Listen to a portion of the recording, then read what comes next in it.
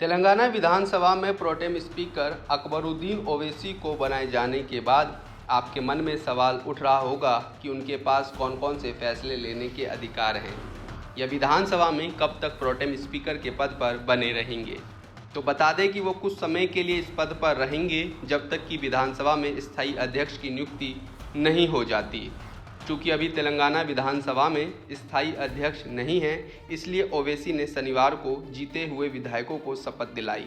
Pro tem speaker के कार्य की बात करें तो नए सदस्यों को शपथ दिलाना, विधानसभा अध्यक्ष का चुनाव कराना, फ्लोर टेस्ट करने का काम करना, स्थायी स्पीकर चुने जाने तक सदन की गतिविधियों को चलाना, सदन की कार्रवाई को सुचारू रूप से चलाने का कार्य करना है।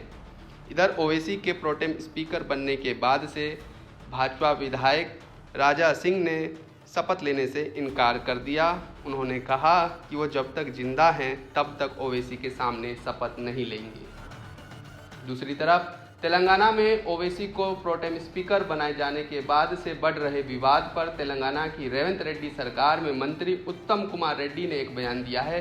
उन्होंने कहा कि सीनियर विधायक के तौर पर मुझे अकबरुद्दीन की जगह प्रोटेम स्पीकर होना चाहिए था, लेकिन मैंने मंत्री पद की शपथ ली है, इसलिए मैं प्रोटेम स्पीकर नहीं बन सकता था। उन्होंने कहा कि अकबरुद्दीन ओवैसी सभी दलों में सबसे वरिष्ठ विधायक हैं, इसलिए यह एक समान प्रक्रिया है। जब बीआरएस की सरकार थी, पिछली बार उनके पास प्रोटेम स्पीकर के रूप में AIMIM विधायक था। इसका किसी और चीज़ से कोई लेना देना नहीं है। हमने वही किया जो करना सही था। भविष्य में हम साथ होंगे या नहीं, इस पर अभी कुछ नहीं कह सकता हूँ। It's wrong what they are saying, because see, in the normal course, going by seniority in the assembly, I should have been the Pro Tem Speaker, the senior most MLA in the Congress party.